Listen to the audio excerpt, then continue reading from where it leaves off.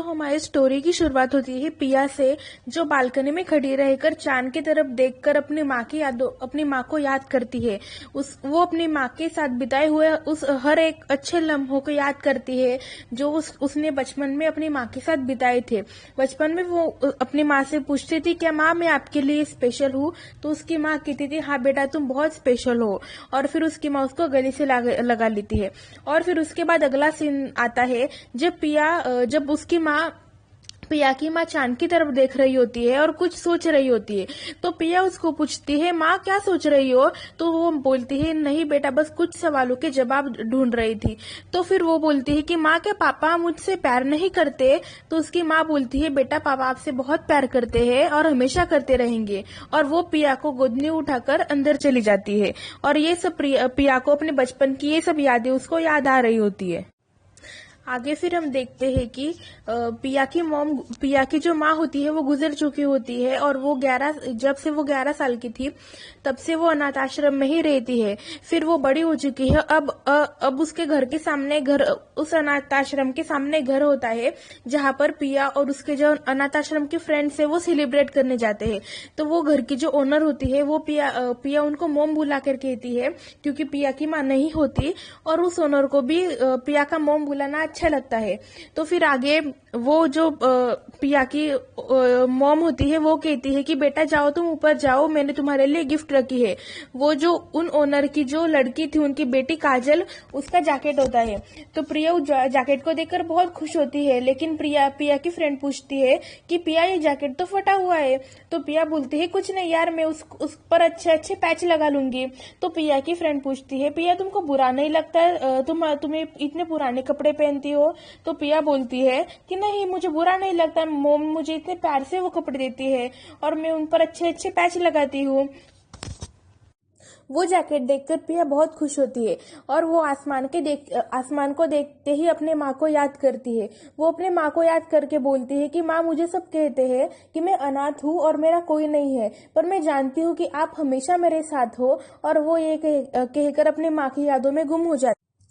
आगे जाकर चर्च में जब सब लड़कियां और उनकी टीचर इकट्ठा होते हैं, वो बोलती है कि इस अनाथ आश्रम में बहुत सारी लड़कियां आती है और वो धीरे धीरे अपने पैरों पर खड़ी रहती है। और फिर हमको पता लगता है कि पिया को माउंट कॉलेज की स्कॉलरशिप मिली है, जो एक बहुत बड़ा कॉलेज है। और पिया उस वक्त बहुत खुश हो रही होती। फिर पिया अपनी सहेलियों को बोलती है कि मुझे देहरादून में जाकर बहुत मजा आने वाला है। तो उसकी सहेलियां बोलती है, पर पिया यू नेवर नो कि वहाँ की लड़कियां कैसी होगी।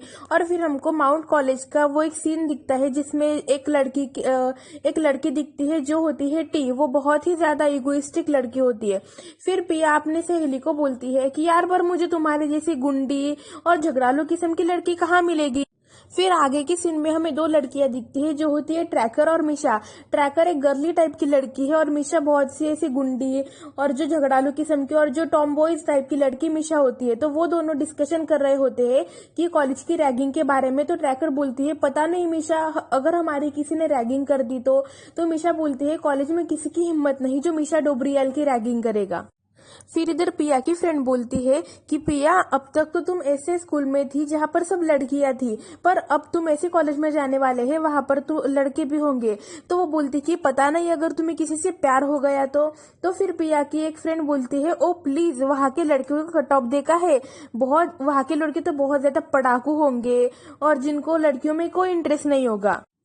फिर आगे के सीन में माउंट कॉलेज में एक लड़के को दिखाया जाता है जो बहुत ही ज्यादा गुड लुकिंग और डैशिंग है और उसको बास्केटबॉल खेलते हुए दिखाया जाता है और उसका नाम होता है कबीर। फिर आगे के सीन में दिखाया जाता है कि टी कबीर को अपने घर पे खाने के लिए इनवाइट करती है क्योंकि वो कबीर को लाइक करती है, पर कबीर उसको मना कर देता है और फिर टी वहां से चली जाती है। अगले सीन में दिखाया जाता है कि पिया देहरादून पहुंच गई है और वो एक स्टॉप पर उतरकर एक वहां के जो चाय बेचने वाला छोटा लड़का होता है वो उससे पूछती है कि माउंट कॉलेज का रास्ता कहाँ है।